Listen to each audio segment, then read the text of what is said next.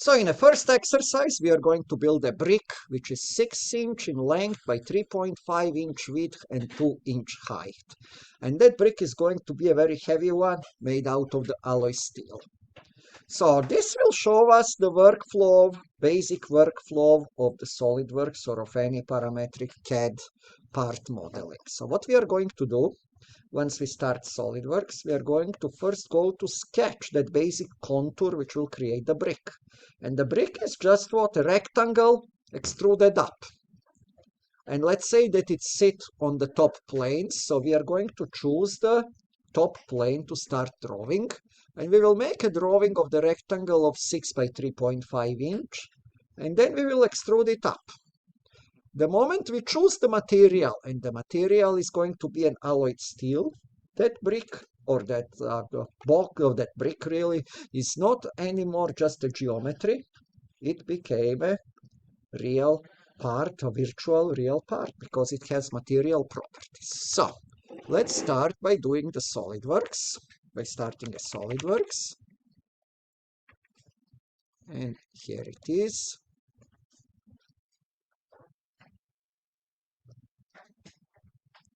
Takes a little bit to load up. So here is our SOLIDWORKS coming up. We can start it either from the command prompt, or we can start it from the desktop if you have a desktop icon, which I highly recommend when you install it at home to install also a desktop icon. Once the SOLIDWORKS open, it asks us really what we want to do. Do we want to start a new part, new assembly, or new drawing, or do we want to work on some of the existing projects? So let's say for today we are going to start a new part. So I'm going to hover my mouse here over the part and left click, double left click on the icon which says the part. Now when I did that, the SOLIDWORKS part design workbench has opened. And the part design workbench have a few distinguished areas. Here is our canvas where we are going to do all of our drawings. So that's the largest part of the screen. Here we have the coordinate system showing us the global coordinate system and orientation of the axis at the bottom left. Then we have this area here which shows us a parametric tree.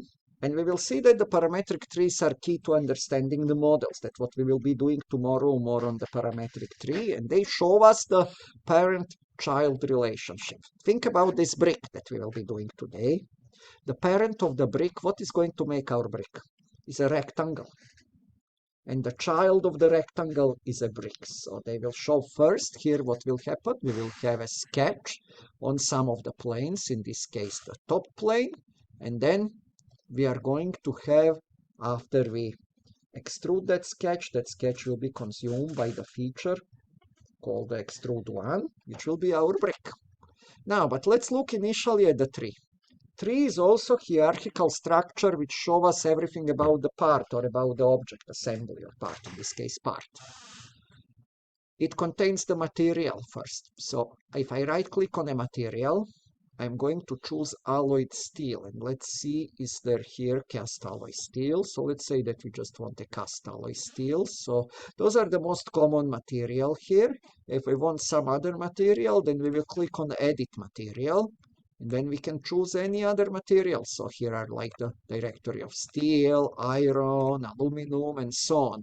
So the SOLIDWORKS already have a database of materials. If there is some exotic material that you are designing your product, which is not in an existing SOLIDWORKS database, if you have like in a table of material characteristics, you can create a new material. But that we will do later. That's kind of a specialty. So let's find here the alloy steel. Oh, okay, here is just the alloy steel, which will have the same property as cast alloy steel. And here are all of the mechanical properties. What means now when we make some part, and if we put that part in a simulation environment, it will actually behave like that heavy brick made out of the steel on the milling machine, let's say, or just cut out with some saw. To choose material, you choose the material, and then you click apply. And then you click close. Double click close. And look what I have here now. The material changed to the alloy steel. So I have my first 3 entrants. Now, I want to build on a top plane 6 by 3.5 inch rectangle. Drawing in SOLIDWORKS are done as a sketches. So all the drawings that are used, let me put this actually, let me pull it back, not the drawings for somebody to read the drawings, but the drawings which are used to create a geometry. They are called sketches. So the base sketch for our brick will be a rectangle of a 6 by 3.5 inch.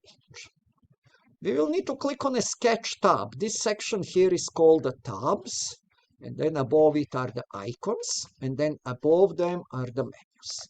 So I'm going to click on a sketch tab, and then I'm going to invoke the sketch module by clicking on a sketch. So left click on the sketch icon. First thing, it's asking me on which plane I want to sketch, and that will be a top plane. So I click.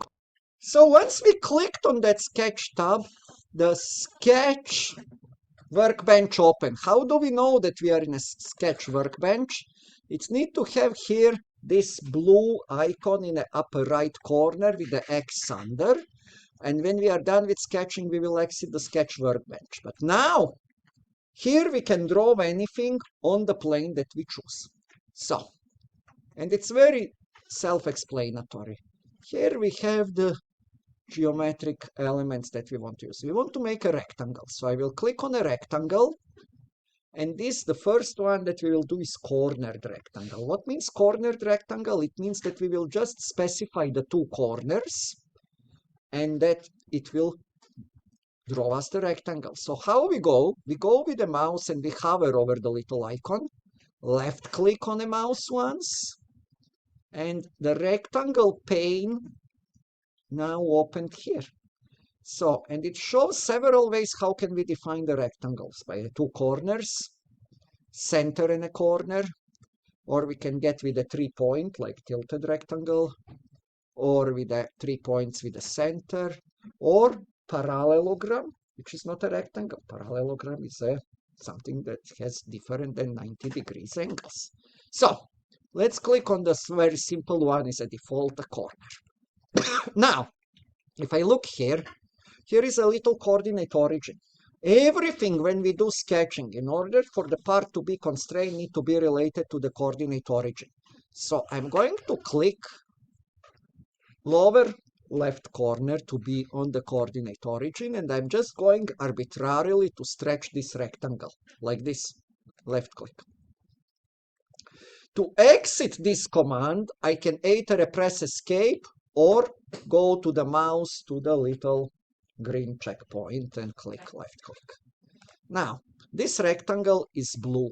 What means this rectangle is not defined. What is missing here? Only what is defined on this rectangle is what? 1 corner, but no dimensions.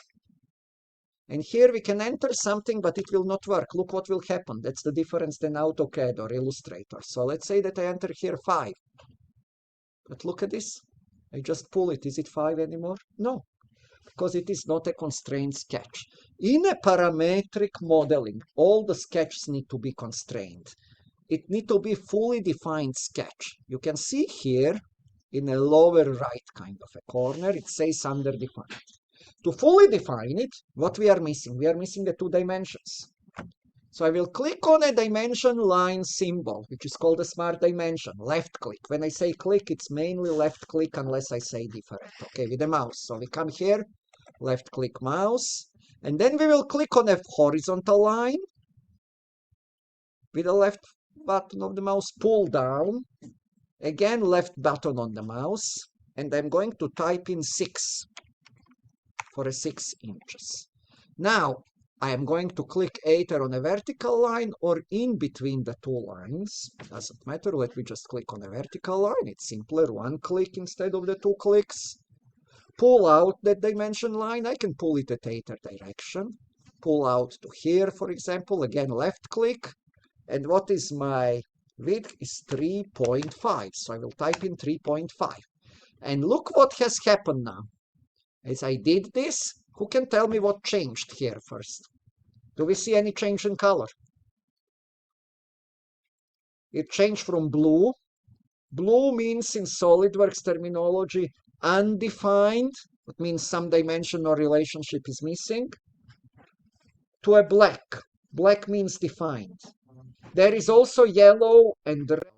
So, as we define those, as we know that this rectangle starts from this point, and you can see this little sign would say coincidental. What is coincidental with what?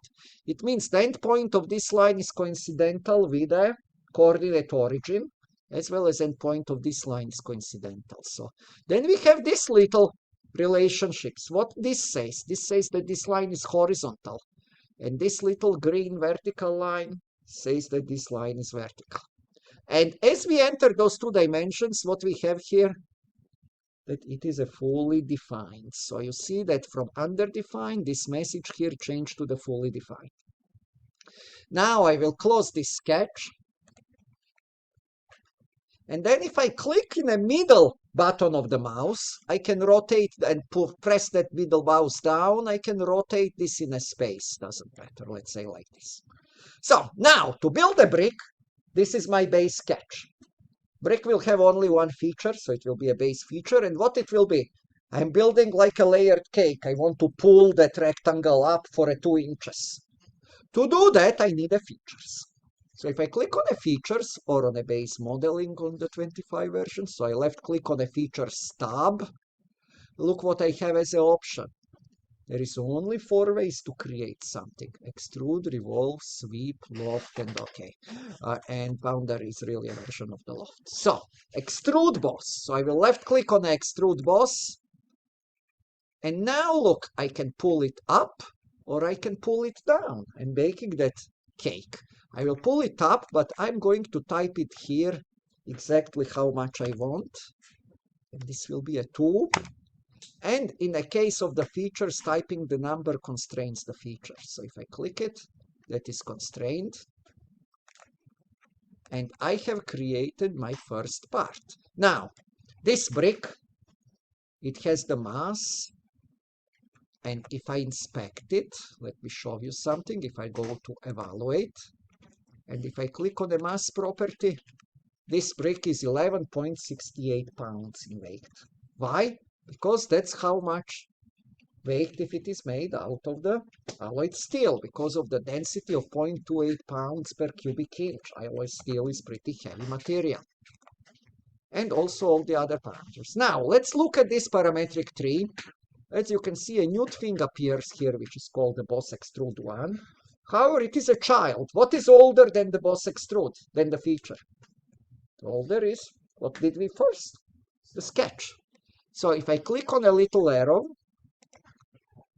you can see that the kid is a sketch, or the parent is a sketch, and the kid is a feature. Okay, and this concludes this demonstration. I will just show you one more thing. If you want to see the dimensions, we can always right-click on annotations, and then left-click show feature dimensions. And here are our feature dimensions. What we entered and what we constrained. Okay, this completes this demonstration. Now I want you to make your brick.